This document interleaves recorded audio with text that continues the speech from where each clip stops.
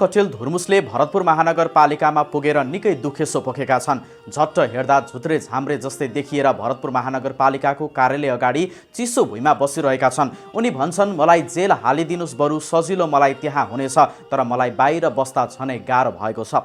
सीताराम कचेल धुर्मुसले गौतम बुद्ध अन्तर्राष्ट्रिय क्रिकेट रङ्गशाला भरतपुर महानगरपालिका भित्रै जब बनाउने निर्णय गरे, त्यस पछाडि उनलाई भरतपुर महानगरपालिकाको निकै साथ थियो। तर जब उनी विवादमा फस्दै गए, आर्थिक तनावमा फस्दै गए, त्यस पश्चात भरतपुर महानगरपालिकाले सीताराम कचेल धुर्मुसलाई झनै दुःख दिन थालेको बताएका छन्।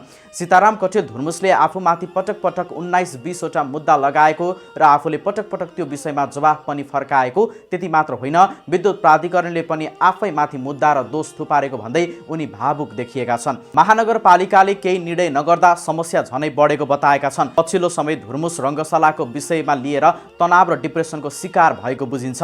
गौतम बुद्ध अन्तर्राष्ट्रिय क्रिकेट रङ्गशाला निर्माण गर्दा लागेको ऋण सरकारले तिरिदिनुपर्ने भन्दै सरकारको दैलोमा घुमिरहेका छन् धुर्मुस।